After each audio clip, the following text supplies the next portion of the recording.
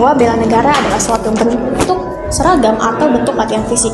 Padahal di era informasi digital sekarang ini, tantangannya jauh lebih kompleks kayak misinformasi, intoleransi, kehilangan intelektual, bahkan hilangnya solidaritas.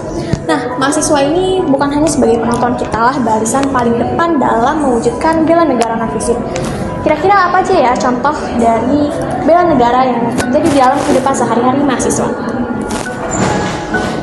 Nah, kalian tahu nggak sih serangan paling berbahaya saat ini tuh bukan peluru, tapi hoaks.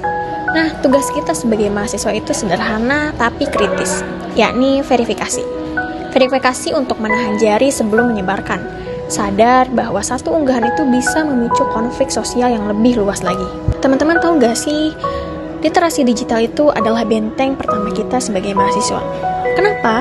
Karena kita melawan radikalisme digital bukan dengan emosi, tapi dengan data, logika, dan disiplin bermedia.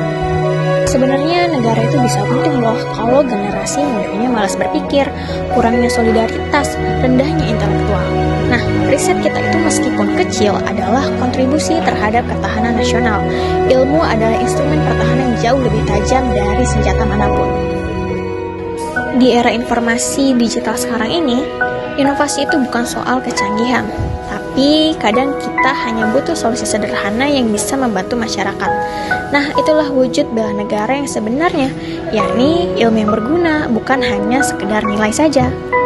Teman-teman tahu nggak sih, di negara kita itu sekarang kohesi sosial itu sangat rapuh. Karena konflik kecil, intoleransi, dan polarisasi itu bisa melemahkan identitas nasional. Nah, kita sebagai mahasiswa itu harus bisa jadi penghubung, bukan hanya pemecah.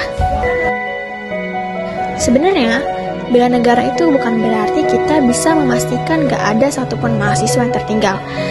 Solidaritas adalah investasi sosial jangka panjang. Nah, maka dari itu, solidaritas itu adalah yang paling utama. Karena tanpa solidaritas, ketahanan bangsa itu hanya slogan semata. Partisipasi politik itu bukan soal mendukung figur saja, tapi berpikir jernih. Nah, dengan menganalisis isu, menolak politik identitas murahan, dan memastikan demokrasi itu berjalan dengan sehat. Nah, itu kontribusi mahasiswa terhadap stabilitas negara. Teman-teman tahu nggak sih kalau ketahanan nasional itu bisa hancur kalau masyarakatnya nggak siap menghadapi krisis.